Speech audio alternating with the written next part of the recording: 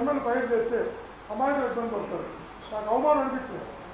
కొట్టినా కూడా ఎవరికి ఇబ్బంది కాదు, మనం వెళ్ళిపోదామని చెప్పి ఇంటి దాకా ఆపుకుండా వచ్చేసాను. కాదు కొట్టాను దేవుడంలా లేదు.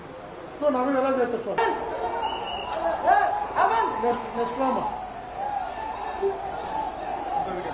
పట్టుకునే ఆపరు చూడు పోలీసు వాళ్ళు పట్టుకునేదా బాగా పోలీసులు.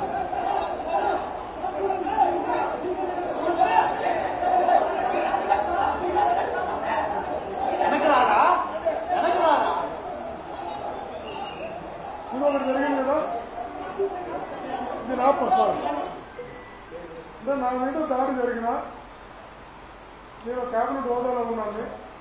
నేను ఎన్నికలు ఎక్కడ రాలేదు, ఎవరు నాకు మాట అనలేదు, బయట నాకు సంబంధం లేదు, ఒక్కరి మీద నేను చిన్న కామెంట్ కూడా చేయలేదు.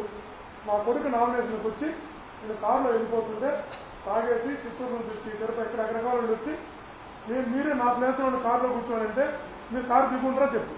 మీరు కారు దిగుంటే ఆవేశంతో దిగుంటే ఏమైంటుంది, నిష్కారణంగా కొట్టారు, పార్టీ జెండాలతో కొట్టారు, దాళ్ళతో కొట్టారు, రకరకాల దారి చేస్తున్నారు. అయినా మా డ్రైవర్ చెప్పారు.